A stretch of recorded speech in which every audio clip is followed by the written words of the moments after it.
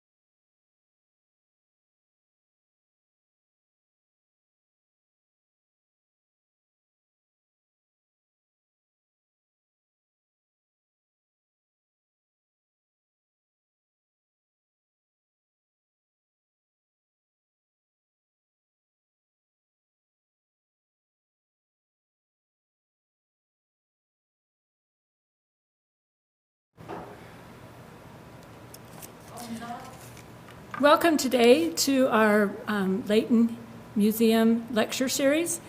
Today I've been asked to introduce our speaker, and I am pleased to be able to introduce Jerry Stevenson.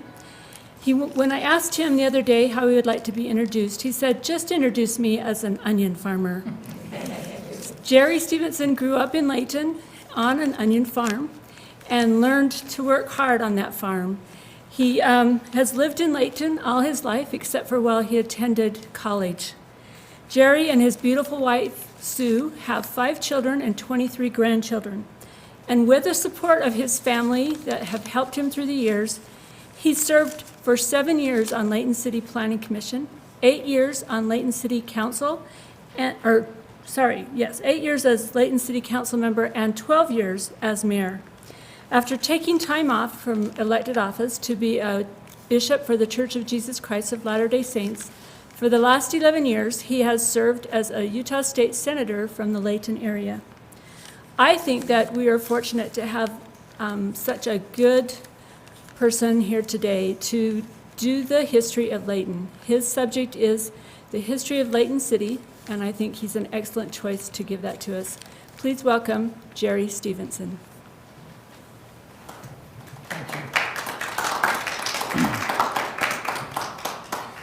Well, thank you, Joyce. That's a great introduction. I've had the opportunity. I am a businessman by trade, and I have several things I'm involved in. But I own the J&J Garden Center, and we do a lot of other things in the community. But we've always been very active in the community and active in community politics. I appreciate very much this opportunity. Mayor, thank you. Councilman, I thank you so much for allowing me this opportunity. This has been a real opportunity for me to dive into the history of not only of Layton City, but of my family, because my family came here in 1852, my great-great-grandfather, and settled down on Case Creek, right almost on the boundary between Layton and Kaysville. And so we've been in the mix of the foundations of Layton City since the very beginning, and we're going on 5 generations now. So it's been an absolute pleasure to be able to be here. I will tell you that this is an amazing community. There are some things that this community has about it that we all ought to be very proud of as a city and as citizens here, and that is that we're very thrifty. This community does not owe a lot of money. We bond. If we bond very fiduciary. We're very careful about how we do that. It's well managed, and we have always had a reputation for electing people that are service-oriented to solve our problems for us. I'd like to start out and maybe talk a little bit. We have a slide presentation we're going to do here, and I want to talk a little bit about the very foundations of the city, because we always have not been Layton.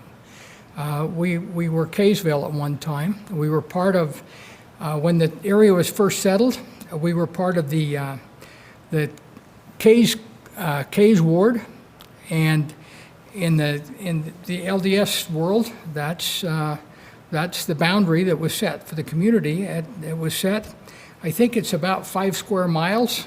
It says 5 miles, but it's square miles. And it would have extended from just south of downtown Kaysville, which means that it would have meant that we were in just south of Kaysville, approximately where Davis High is, and north to Antelope Drive, or just a little past Antelope Drive.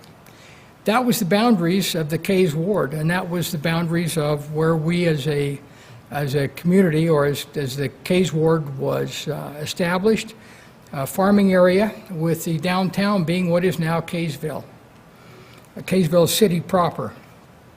There's just some amazing things here. If you look at it, I think these maps are up, and it's going to be hard. I'm going to tell you some things about these maps. I had the good fortune of being able to blow them up on my computer and look at them very in detail, and there's some things on those maps that just don't catch your eye if you just take a look at it. From the outset. Let me go to the second slide. Let me tell a little bit about this first one, the first slide, and I'm going to have to grab my laptop. You'll find that there's two things I don't do well. One's PowerPoint, the other is Zoom. So we're probably in a bad part of my world right now. If we go back and we look at, let's go back to the first slide and just spend just a minute or two there. I don't know if we're going to get there or not.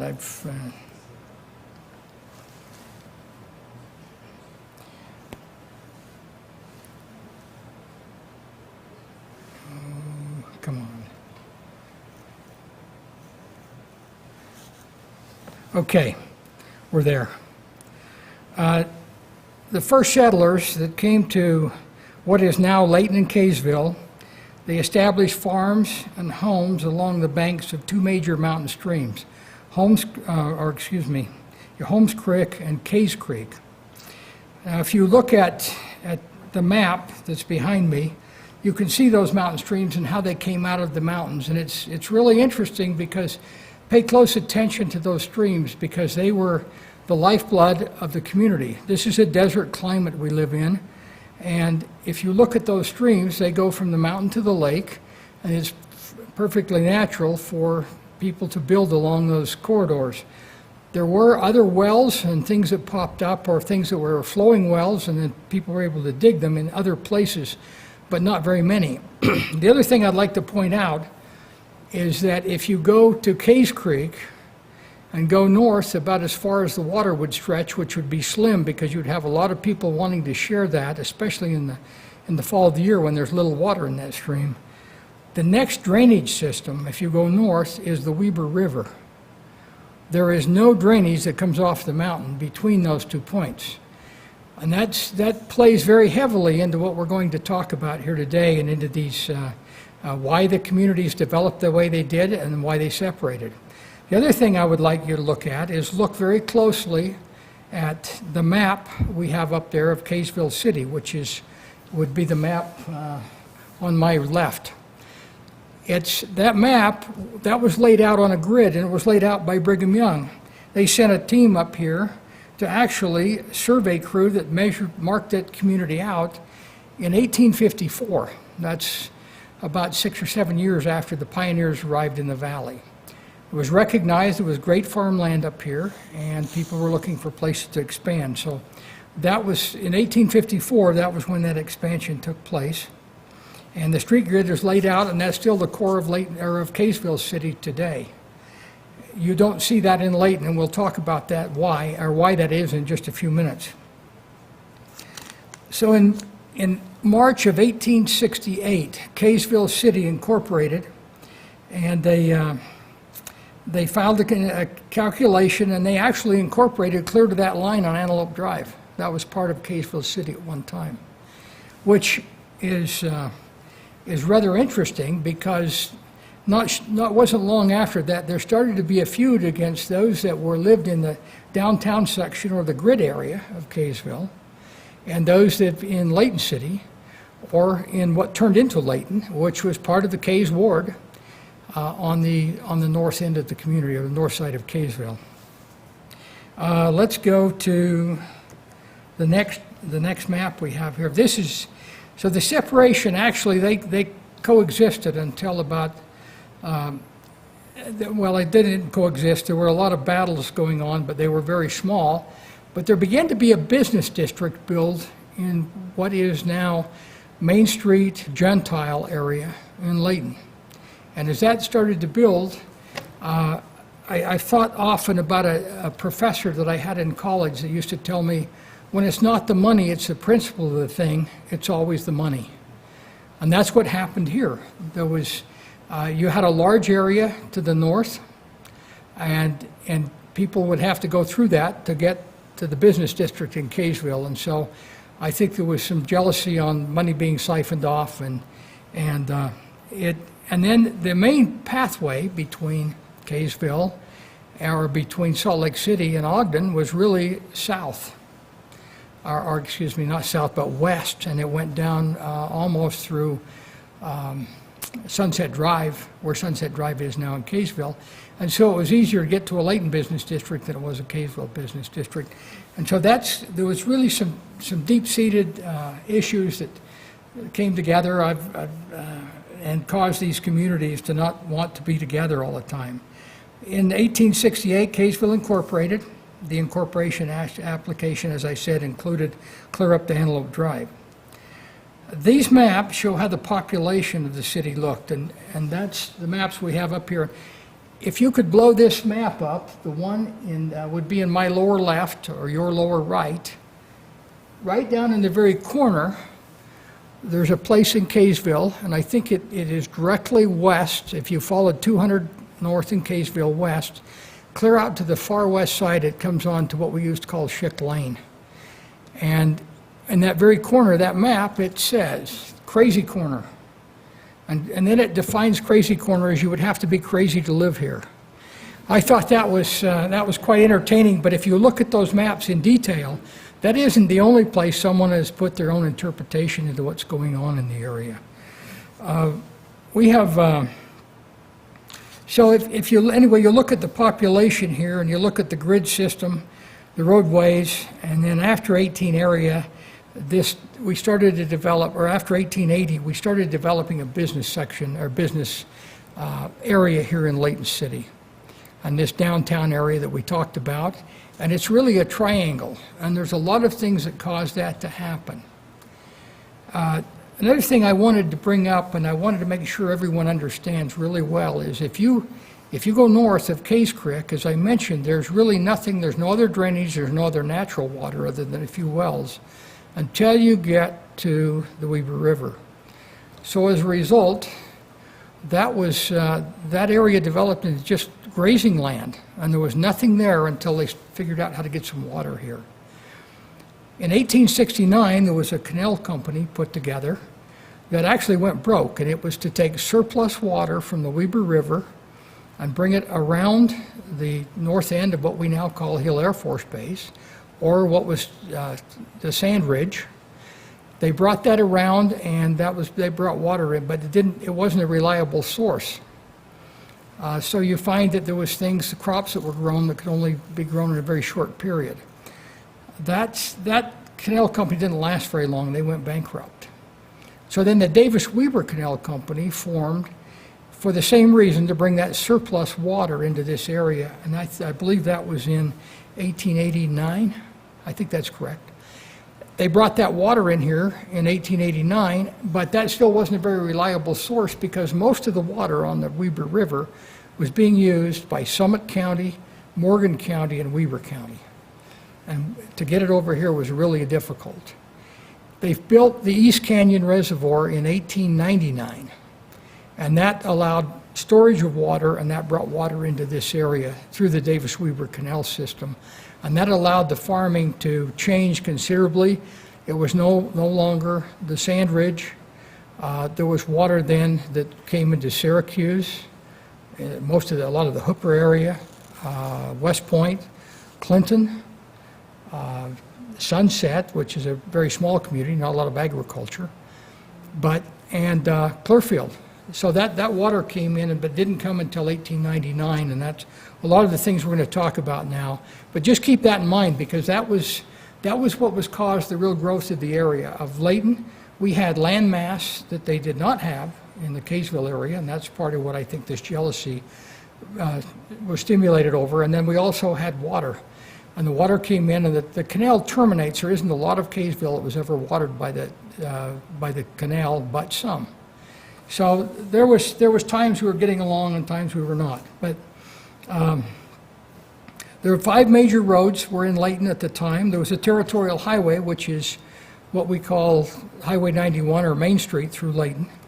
You had the Fiddler's Creek Road, or I think now that's mostly Rosewood Lane, in that Rosewood Lane area. And then you had Gentile Street and Angel Street, and then Fort Lane went north. Fort Lane did not look like it does today. It was a little more, and I can remember when we changed Fort Lane, and it was put in as a main artery between Highway 193 and Layton, or Kaysville. So let's go to our next slide, and we find that separation started again in 1889, and it happened for a lot of reasons. We're going to talk about those reasons, which are, some of them really they're very interesting. As I went in the legislature, I looked at all the bills and all the laws that we have in the state, and it seems like some of them don't make a lot of sense. And I call them barking dog bills, and I think this story fits very well with what we're going to get to here in just a minute. But if you have a neighbor that's dog is barking, there are probably a lot of ways to solve that issue. You can talk to animal control or the city, or maybe you just ought to go talk to your neighbor. But in most cases, in a lot of cases, they'll just go get their friendly legislature to run a bill that asks all the dogs in the state to be quiet. And there's quite an analogy that can go with this, I think, as we start looking at some of the things that have happened in this community.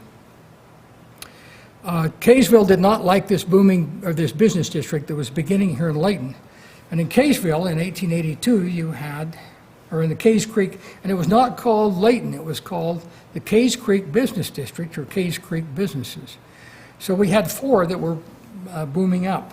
Kaysville Farmers Union, Adams and Sons Market, Bowler's Blacksmith, and the William Hyde General Mercantile. If you look at taxation, I thought this was quite interesting because, again, I have relatives and I've had access to some tax records that they have.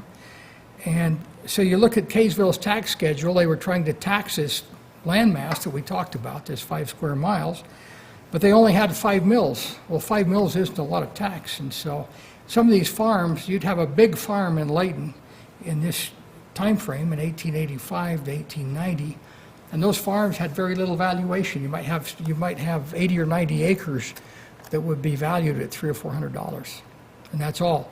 So you look at 5 mills on that, and it turns into not a lot of taxation, but also they didn't have a lot of money for taxes. If you look at the Davis County Business License Fee Schedule that I think we have up here now, about the highest tax you could pay as a business owner in Davis County if you had $50,000 invested in your business. I'm not sure there were any. I've looked at some of the big agricultural operations in the county, and it's hard to come up with $6,000, $8,000, $10,000 worth of value. But you look at a business that would have had capital over $50,000, and their taxes would have been $45 a year, plus what Kaysville City tacked on for mills and property. And I think if I'm reading that right, there's $3 per year, and if you do 1 day of personal service as a road tax fee, I think they'd take that off of your taxes. So if you took your team and wagon and went out and worked on the roads in the county, they would deduct your $3. This is when things started to get very precarious. There was a lot of wrangling going on prior to 1881, but in 1881, Kaysville City initiated a dog license fee. And this became a real sign of trouble with what was going on, because most of these people, remember, the complaint came because dogs were running up and down the grid pattern in Kaysville, or the gridded streets, the surveyed streets. No one cared what was happening up on Antelope Drive as far as dogs. And a lot of those individuals were in the sheep business. And the sheep business, you may own several dogs if you were in the sheep business. So as a result, the Layton residents just got together and decided they weren't going to pay a dog fee. They weren't going to pay for these dogs. And because they didn't roam the streets of Kaysville, those dogs had a job. And so there was basically an outcry, and they refused to pay for the dogs.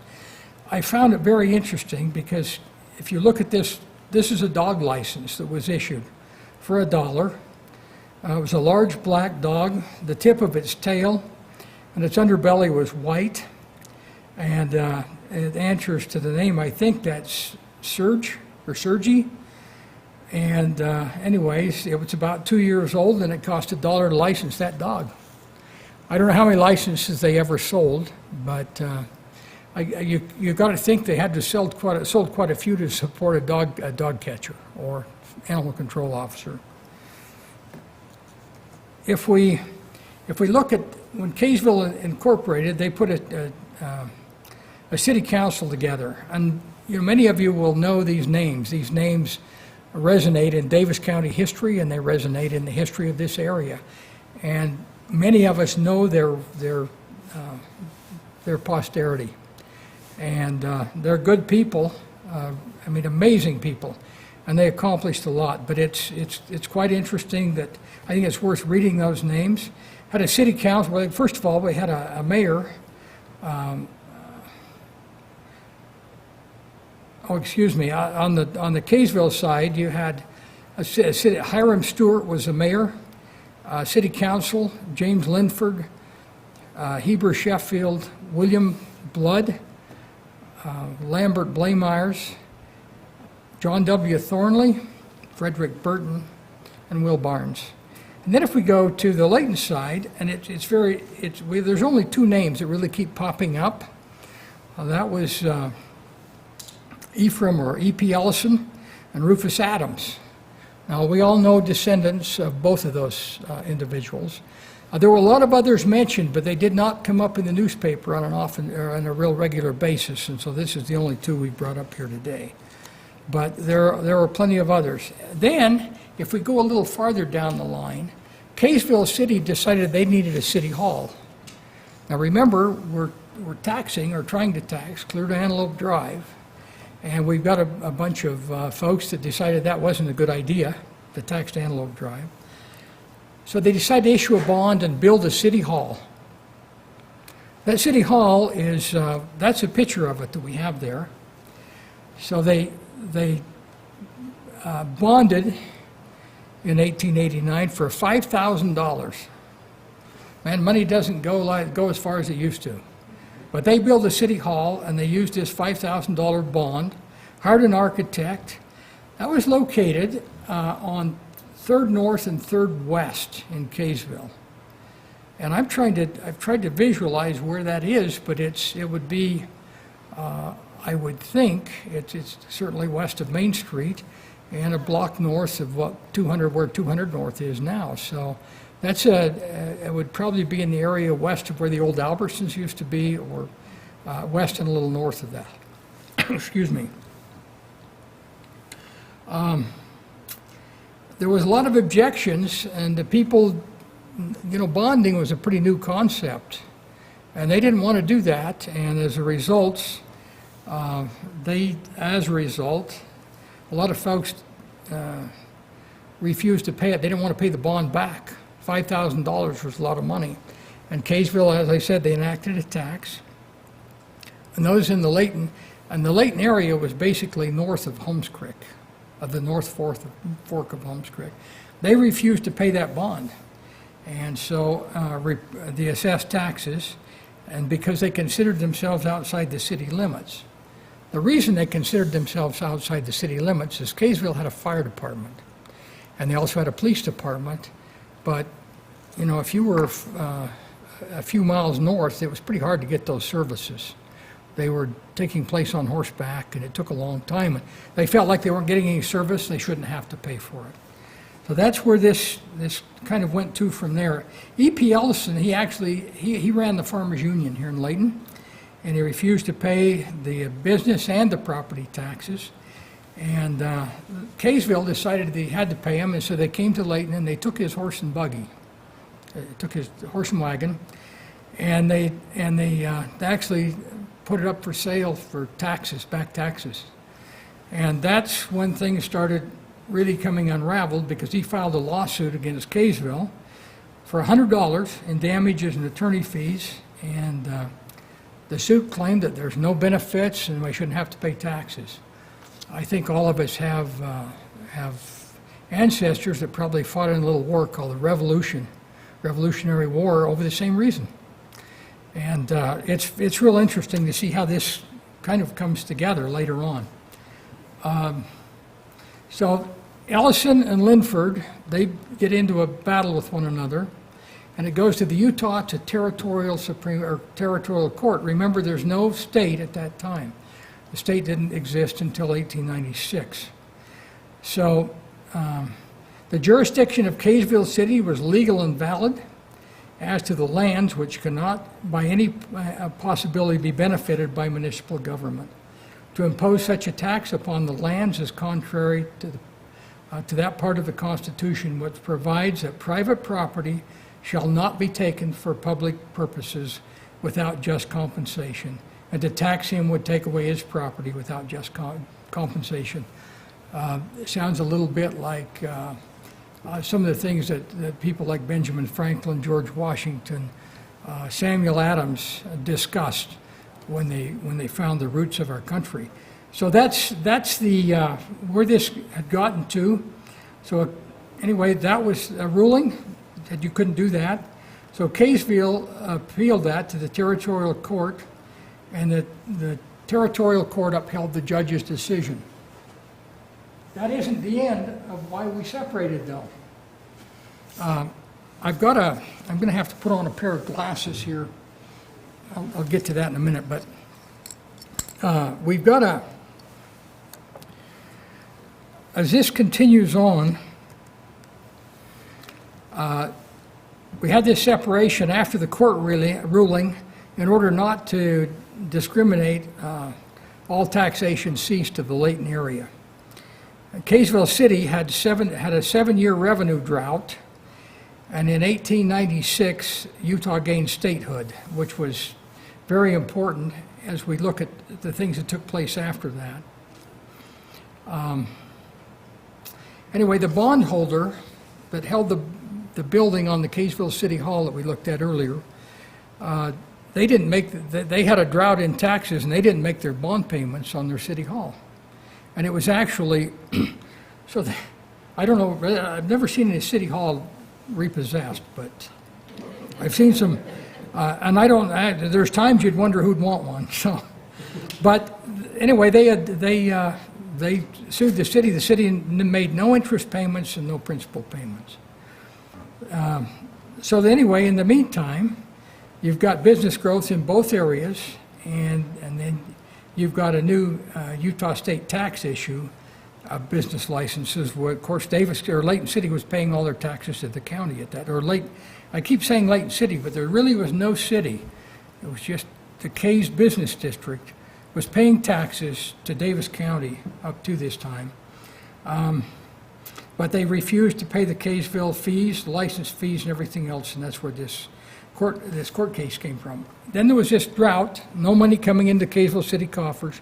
City Hall is in trouble, and then in 1899, there was another lawsuit, not in Layton and Kaysville, but in Grantsville and Tooele. And the state Supreme Court, basically, Tooele sued Grantsville and said, you owe us some money, we're providing services to you, you're not paying. And the Supreme Court of the state of Utah, or the Territorial Court, reversed its ruling, and then the controversy in Layton and Kaysville started all over again. And so Ellison and Linford case went not only, it went to the U.S. or to the Utah Supreme Court, but it went to the U.S. Supreme Court. Now, I had always heard that that's where this was decided, but it wasn't. That case was never heard in Supreme Court. They never listened to the U.S. Supreme Court, never heard the case. So in this is, we get into some really fun things here now. The population had grown in the area to that point that it was time to have more than one LDS ward in the area. And so they formed the Kaysville 2nd LDS ward. It was created with 50 families, and it included this area, a big piece of the area that was what they were considering Layton. And that was in 1992, and the members petitioned the church to not name a Layton area Kaysville. And there was a lot of animosity that went toward that. And then in 1892, they officially changed the name to the West Layton Ward. The church did. And I thought it was rather interesting because the notes that I have said that that's probably one of the very few times in the history of the LDS Church that the ward members got to pick the name that they wanted to go by. And so it became the West Layton Ward. And very interesting, I lived in the West Layton Ward, lived in the boundaries my whole life. It had been split, but went through additional splits. They went back and took the West Layton Ward name, and we actually lived inside that boundary for a long while.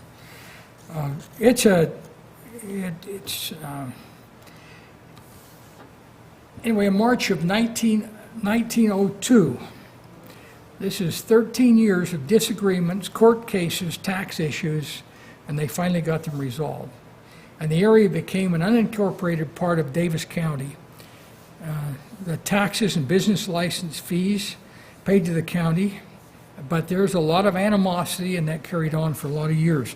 Now, if I can get this up quickly, I want to read a newspaper article that's a little bit. I have to blow it up, and it's quite difficult to read because it doesn't blow up real clear. But I think you'll find this.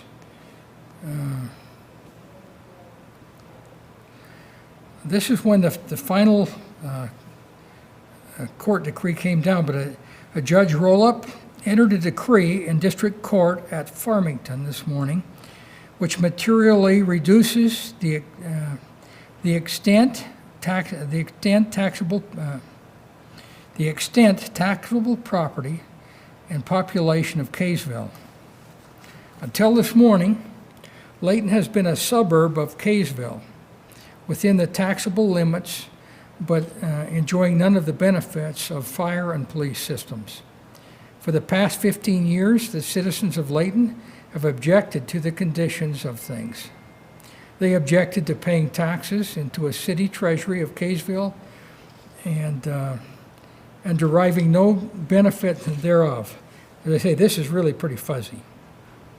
Their indignation increased until in this position, they were sustained by a decision of the Supreme Court which held that the boundaries of the city could not extend farther than the protection of the fire and the police systems. And the entities of Layton and of Layton was given the citizens of Layton and 1/4 miles from Kaysville, 1 1/4 miles from Kaysville. So that takes you almost to about to Hates Creek. So that and then it says that they went to that line, and so they took away from Kaysville. It said it bounded. The boundaries were not legally bounded to pay. The residents were not legally bounded to pay taxes, and to the Laytonites continued to hold to their hard-earned shekels. That's in the article.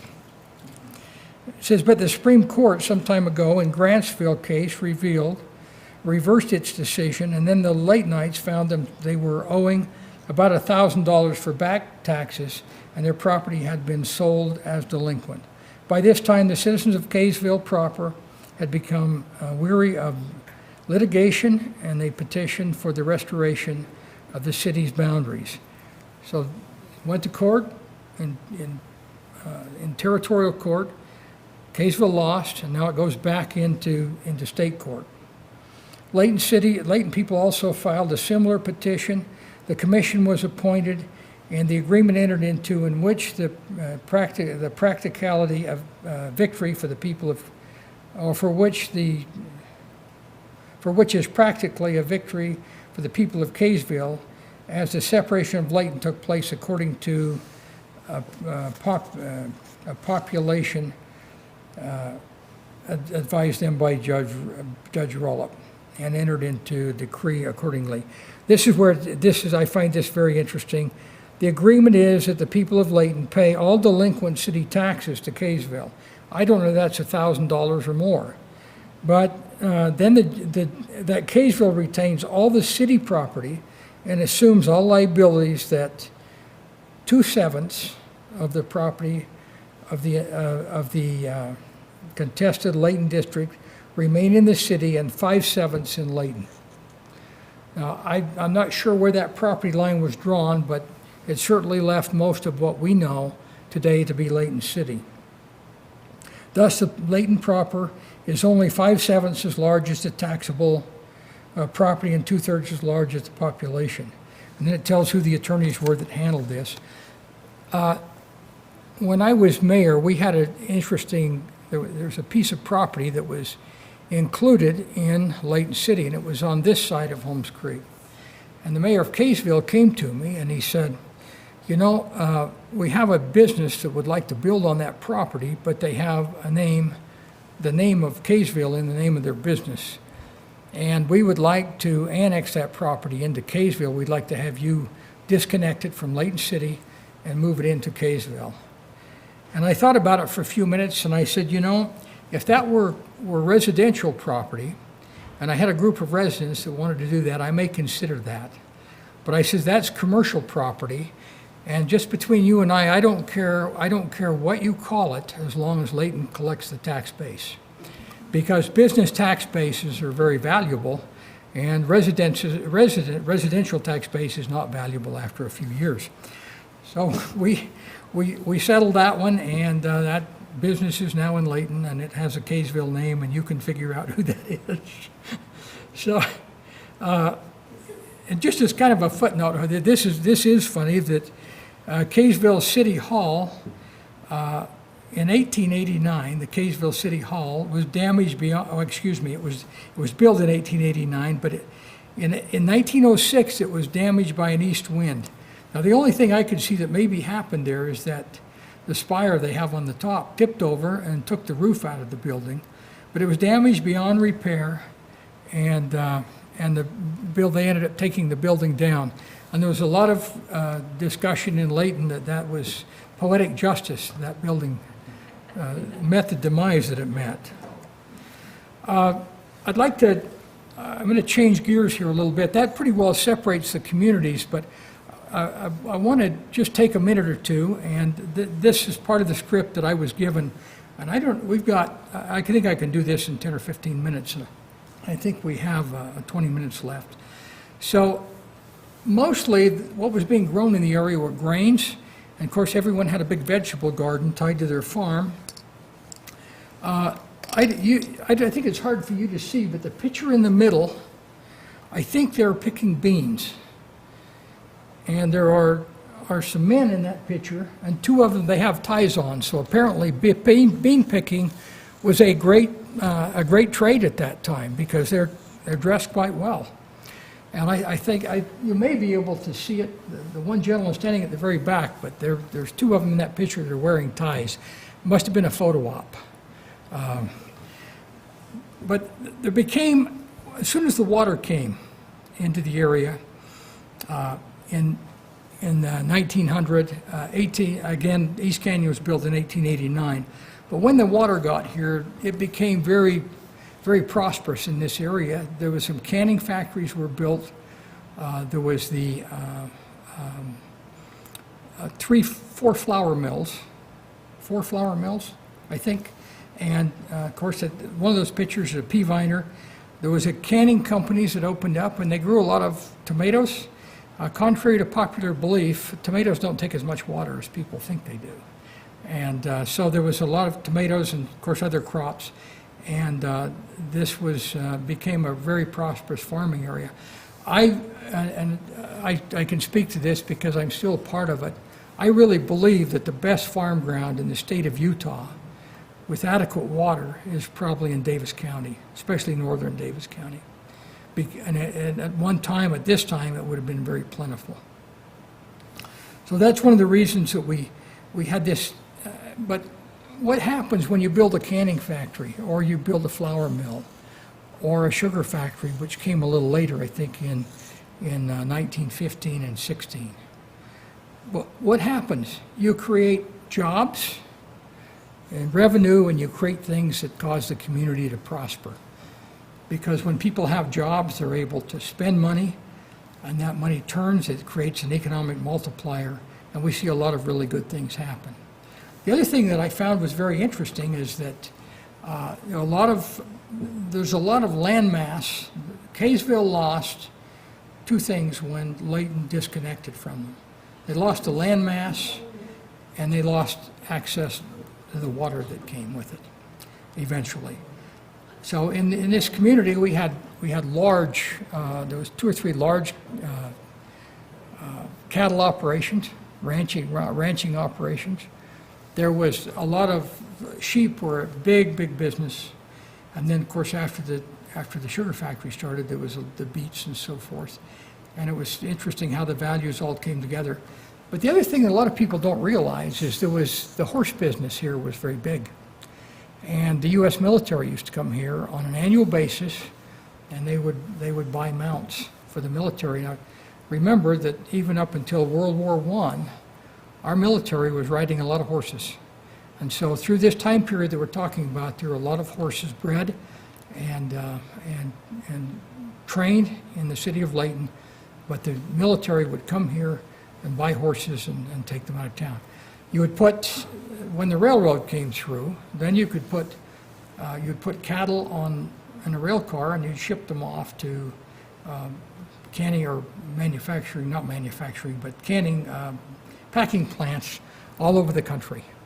And so a lot going on here, and some of these pictures up here depict the sheep business, pig business was big, cattle business, but we were a very prosperous community. But remember, now we've got water all the way from where the Davis-Weber Canal comes through, clear down to the lake. And that was, our ancestors should be complimented on that system that was put together. I don't think we could build that today because of some of the things going on in our society, but it has served us well for a long time, and it's, I think, certainly been much appreciated by us. The business district grew. You can see there's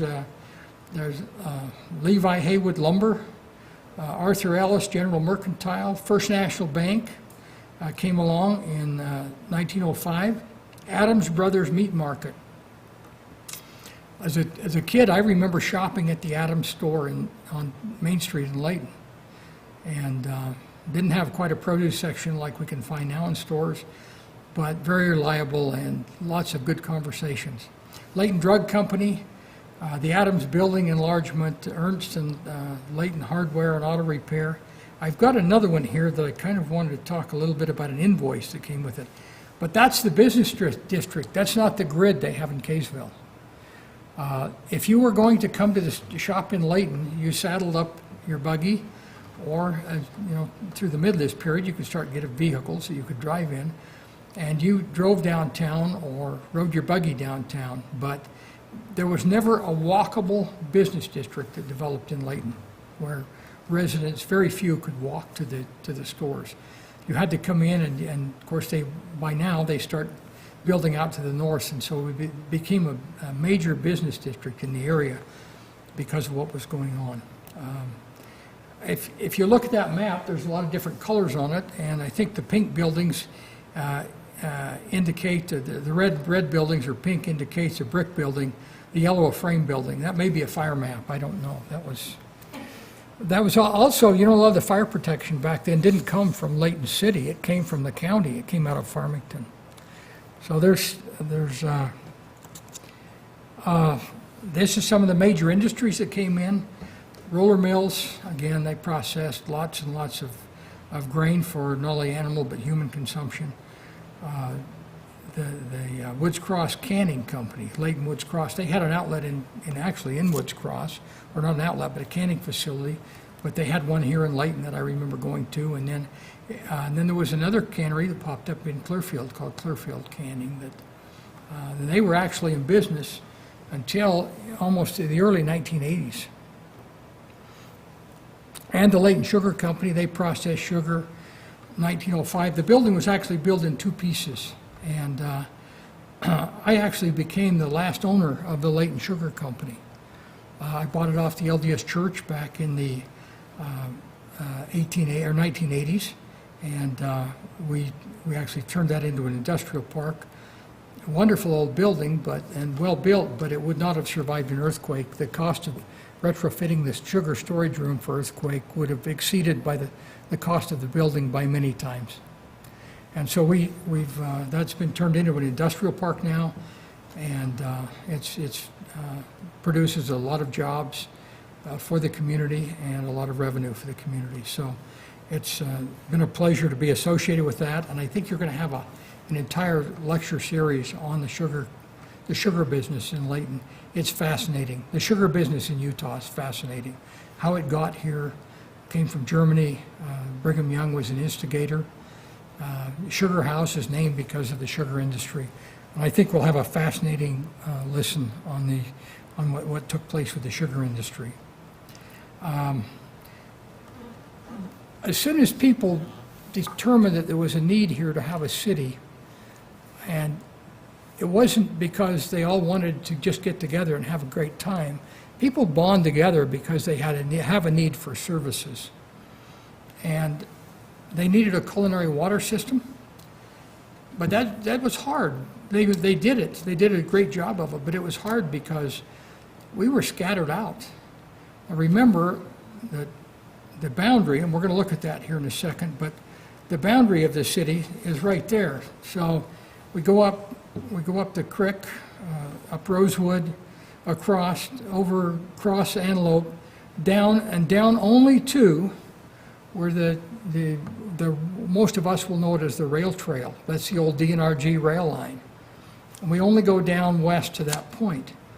But everyone west of that point considered themselves as being part of Layton. And even to the south and the north a ways, they considered themselves as being in Layton. So as Layton's expanded to what is today the largest city in Davis County by far. When I was mayor, we had about 25% of the land mass of Davis County was in Layton City. About 25% of the population was in Layton City, and 25% of the tax base was in Layton City. I would imagine that has changed a little bit, but I think the community is still in an amazing position as far as finances. And the boundaries are pretty well set. Those things were accomplished back in the 90s. We pretty well had all the annexations. There are a few tiny places left to come into the community, but if I'm not mistaken, I think we are approximately, or when we reach total annexation for where we have identified, we will get to, I think, close to 26 square miles. That's a pretty big city. That's a lot of space. And again, it's about a fourth of Davis County. Another thing, this is just a note. We put in our boundary declaration when back. We had some very astute planners in the community, and we had amazing city council, as we do now. But we included Hill Air Force Base in our boundary declaration, and no one had done that. The city of Gilbert, Arizona did it. We picked up on it. Now, if Hill ever closed, which heaven forbid, I don't think that will ever happen. But if it did, that Air Force Base is in, with the exception of a little bit out on the south end where the base housing is, or on the north end, south end. where the base housing is, would become part of Layton City. We would have a runway. I'm not sure that will ever happen, but, you know, it didn't cost anything to make that move, so. We're still, if you can look at that map, you can visualize where the city boundaries were back at the time that we've incorporated and became a city.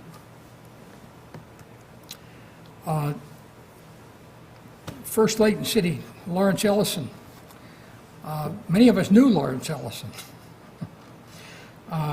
George Briggs, E.G. King, William Layton, Leonard Sandel, Wilford Wiggle was the clerk, and Verd Cook, treasurer, and all these people. I did not know all these people, but I know their posterity well, and they certainly set the course right for this community. I think all of you that are here representing the Layton City Council today, I can tell you that we were successful as a city council the time that I served, because we had a great success pattern that we could step into. We had, the city was on a sound financial footing. We hadn't borrowed ourselves into problems where we had to change taxes, and you've carried on well. We've successfully been able to move forward this community. And it goes clear back to 1920, 100 years ago, when we started this. Population of Layton City in 1920, 529.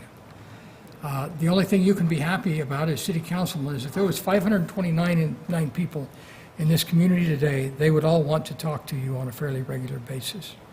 And because the city has reached the size that it has, we're not there. This is Main Street, and it's just very interesting. I think the building would be again, the large building off to the side, I believe would be the canning factory. If you look closely again, I was able to take my iPad and just open these things up and take a close look.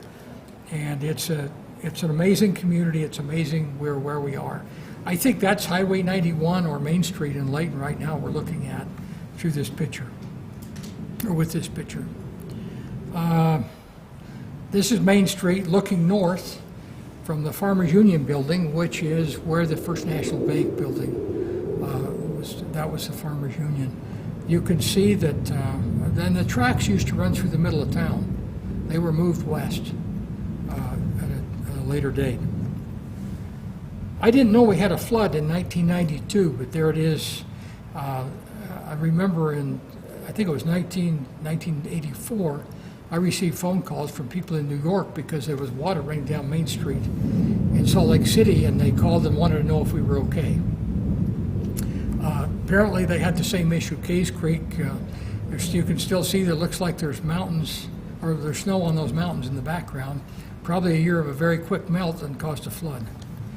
Again, there's the stores, the old downtown. Some of those buildings are still standing. Again, Main Street looking north. It's in front of the roller mills. The railroad depot was moved from Main Street. That building's been moved, I think, 3 times, or twice, yeah. Built, moved, and moved. And it's, of course, now down on just off the Layton Parkway. Anyway, you can see that railroad building down the tracks there if you look, of course, off to the side of the picture there. Again, you look down the tracks, railroad depot, and move it west, and that's a very well-built building. That's I think a very classy building, and I'm glad it's been preserved. This is an interesting picture. A movie studio did a movie out on, called The Covered Wagon, out on Antelope Island. And this is when they came through Layton. Looks like they must have came up, looks like they were going down Main Street. I don't know if they're headed north or south, but they moved off of Antelope Island. That's about the same time the city was incorporated. Wasatch League baseball champions, 1920. So the first year we were a city, I guess they won the championship. I don't have the names of those players. I've got a gentleman here that might, but I don't, I'll bet most of them are names that we would quickly recognize, their last name. Highway 91, I find that interesting, 22 feet wide. If you go down Gentile, down on the west side, across Gentile, there's 33 feet of pavement on Gentile all the way down.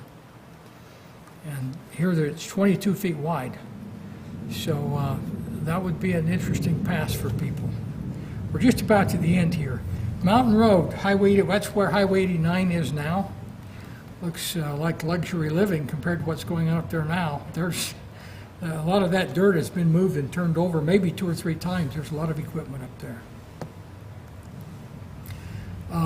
This is the Layton Central Business District in 1922. This must have been. This is taken from the west, looking east.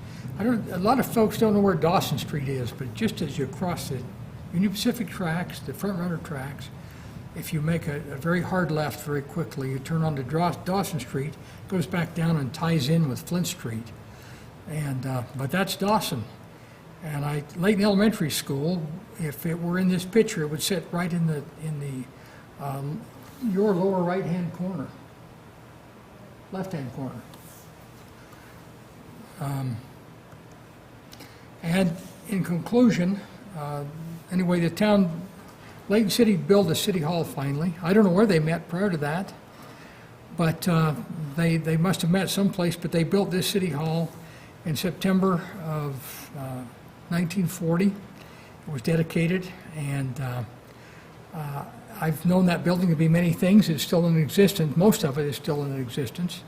The 3 doors off to the right or the left are the fire station. That's where that's set, and then, of course, the city hall and city facilities. The city has continually expanded. We've taken areas in West Layton. We've annexed. I was involved on the planning commission when we annexed East Layton. East Layton incorporated to a city. It didn't work well, and there was some financial issues, and Layton City adopted East Layton, or Laytona. And then we had a few boundary disputes over property to the north. But again, we are the largest city in the county by far. We will have the largest population of any place in the county by far by the time we reach build out. And it's been a great place it was a great place to be raised. It was a great place to raise a family, and it's still a great place to raise a family. This community is really, and when it comes to the way to manage and run a city, whether you're in the state of Utah or elsewhere is a star. It's literally, it blinks on and off. It isn't just a shining star, it's a brilliant star. We do things here that are well managed. We elect smart people, and we put people on our city councils that care about our community. And we hire people that care about our community. And it's a great place to live, and I don't want to live anywhere else. I joked with Joyce the other day. She said, "You've lived here your entire life." And I said, "I've never been able to make enough money to leave." The real story is, and she says, "You've never wanted to leave," and that's true. I have no desire to be anywhere else. I have my plots up in the cemetery, and this is where I'll be. I thank you very much for this opportunity. This is a great series you've put together. You might look at a different choice of speakers another time, but I found this very fascinating. I loved what I was able to prepare and the things I was able to look at, and even the genealogy I was able to look at with my family. As I said, I'm a 4th generation here, so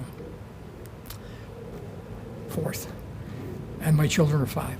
So thank you very much for this opportunity, and may Layton be blessed by the good graces, and this great country be blessed.